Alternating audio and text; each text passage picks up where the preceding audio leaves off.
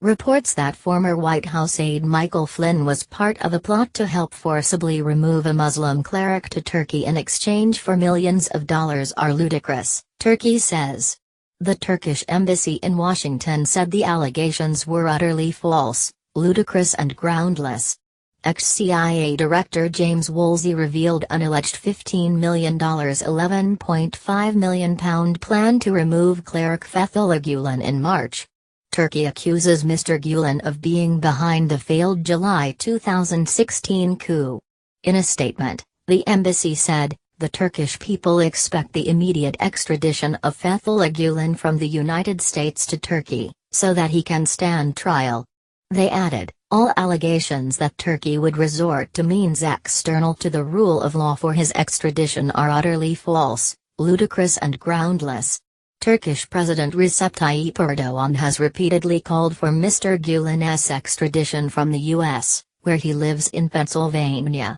President Trump's former national security advisor, Michael Flynn, is accused of meeting Turkish officials in September 2016 to discuss the removal of Mr. Gulen.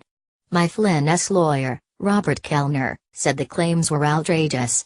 According to the Wall Street Journal, Mr. Flynn, who quit his post after misleading the White House about meeting a Russian envoy before Donald Trump took office, discussed having Mr. Gulen transported on a private jet to the Turkish prison island of İmralı.